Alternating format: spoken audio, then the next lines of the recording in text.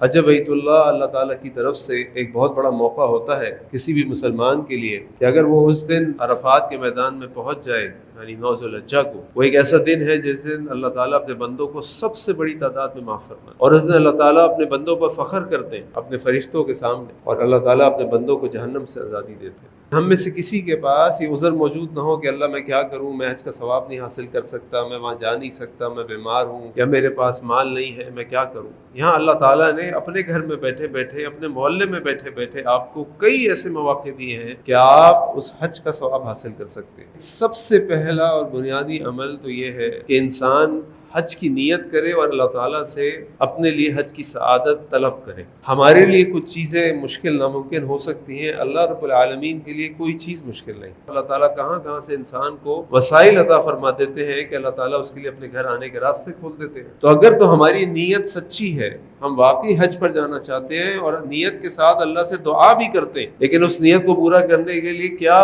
کوشش کی، کیا اللہ تعالیٰ سے دعائیں کی، کیا اللہ تعالیٰ کے آگے گڑ گڑائے،